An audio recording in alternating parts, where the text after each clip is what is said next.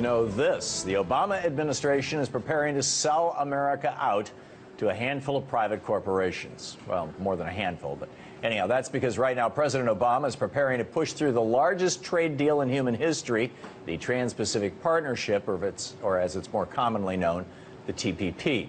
If approved, the TPP would create a whole new set of rules regulating the economies of 12 countries.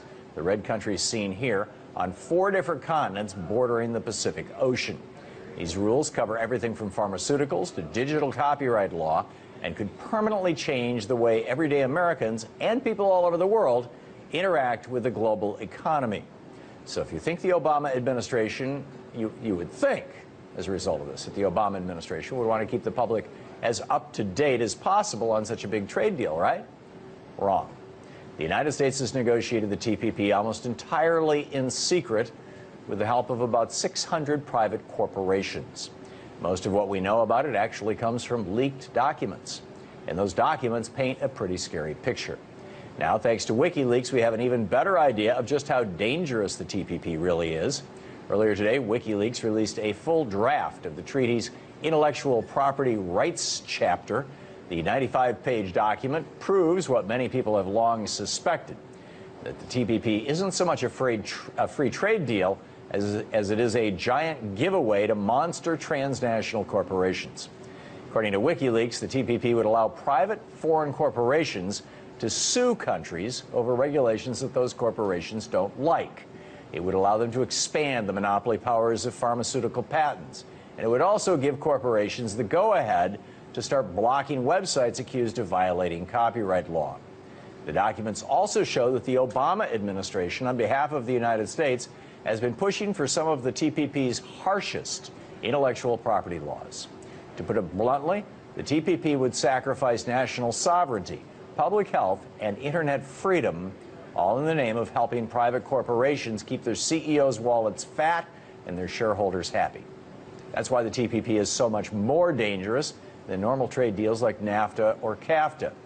Not only does it reward companies that send jobs overseas and gut regulations that keep big businesses in check, it also increases corporate control over pretty much every part of how you and I interact with the world and makes it near impossible for countries to fight back against giant corporations. As Julian Assange said about the leaked documents, if instituted, the TPP's intellectual property regime would trample over individual rights and free expression, as well as ride roughshod over the intellectual and creative commons.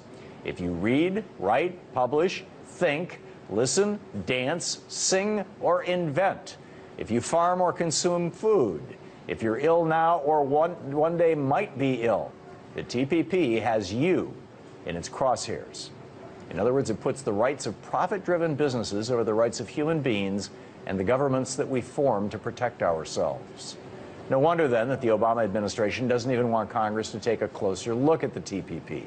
To push the U.S. into the proposed treaty as soon as possible, the president is trying to use a special legislative trick called fast-tracking that would prevent lawmakers from making any amendments to the TPP. Instead, the treaty would be sent right to the floor, where it would only have to pass a simple majority vote.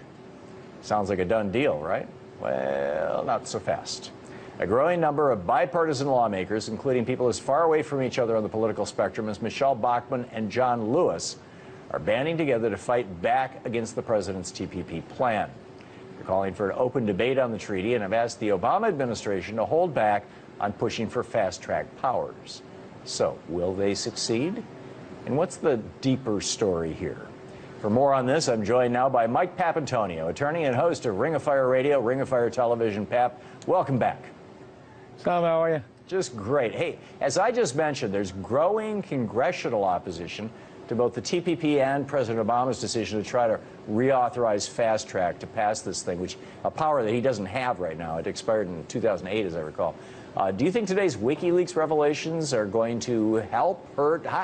What effect are they going to have on all this? They are extremely important because what the American public sees now, and this is going to take the same shape that we saw with Syria with Larry Summers, with the pipeline, XL pipeline.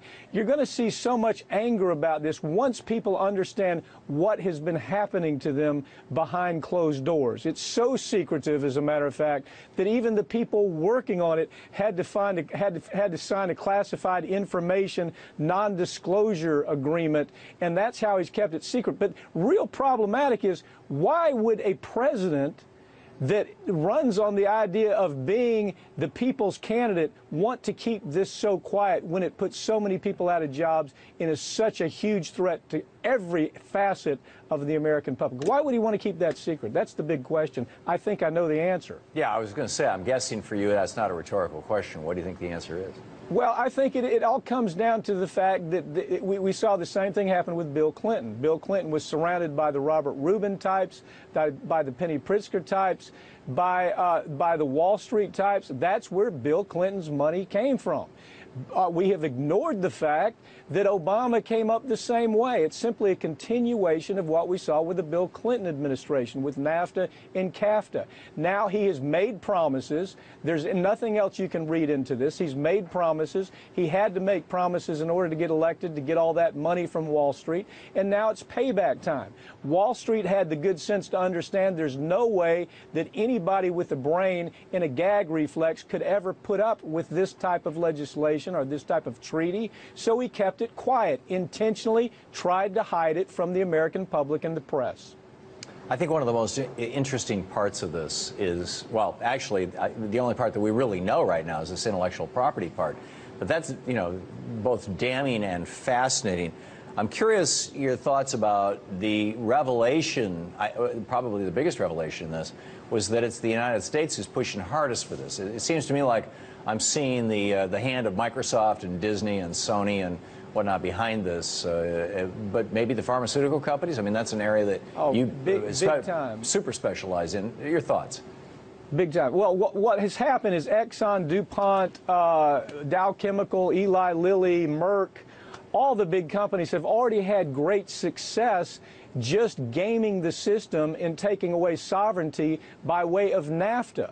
NAFTA is very weak where it comes for a foreign entity's right to come in and change the sovereign law. TPP puts NAFTA on steroids. But already we've seen the oil companies force people in Canada that said, you know, we don't want you drilling in our backyard. They've been forced, they've been sued, and the legislation that prevents that drilling has been thrown to the side. Same way with fracking, same way with pricing of pharmaceuticals. This is a complete takeover of what we hold so dearly, and that's the right for us to be able to govern ourselves, Tom.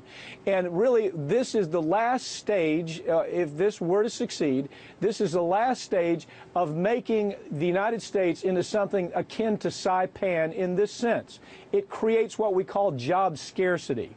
If you have 20 people that are applying for the same job, the employer is able to say, no, we're not going to honor OSHA. We're not going to honor regulations. We're not going to pay a minimum wage. We're not going to allow for unionization. And all of a sudden, the person right behind that guy applying for the job says, well, I'll take the job. Look, when you take regulations away, when you let corporations get involved in interfering with sovereign regulations and sovereign laws, it always works to the benefit of the corporation. That's the gotcha. That's the gotcha part of this whole thing. That's where it's headed. Obama knows it. He's not an idiot. He simply is owned and operated by Wall Street. And it's hard to admit it, but that's the guy we elected, and now we're seeing it. This is a telltale of what this man really is all about. Why else would he keep it a secret? What's the word on when this thing is going to drop? Well, I think at this point it's going to be slowed down dramatically. That what's going to happen is they have to get this through with Obama. He has to be the guy, because there's a good possibility that Hillary won't be able to do it. Hillary's going to be running for cover as she sees this pendulum swing and progressives get more and more involved with saying, you know, damn it, we're tired of centrist politics. We're tired of Democrats acting like damn Republicans. And Hillary, you better not stand behind this. So Obama is the last chance they have. They're going to put full tilt, full speed behind this thing every way they can. And the only thing that's going to stop it, Sam, the only thing that's going to stop Tom, is people like you and me and Sam, who I was talking about, this radio show with me, and Bobby Kennedy, and the people that are out in the media. That is not mainstream media, but the citizens' media. They're going to stop this. This is where the anger. This is where the real anger is going to come in. Yeah, 30 seconds, Pap. There's absolute radio silence in the corporate media on this. Why? Oh, they want it. Listen, this is great for corporate media. It sells more. It sells more goods. Anytime you sell more goods, advertisers are happy. And the guys on the 50th floor with that MBA that could not care less about the future of this country, they make more bonus money. Yeah, incredible. Mike Papantonio, thanks so much for being with us. Thank you, Tom. And I think your analysis is spot on.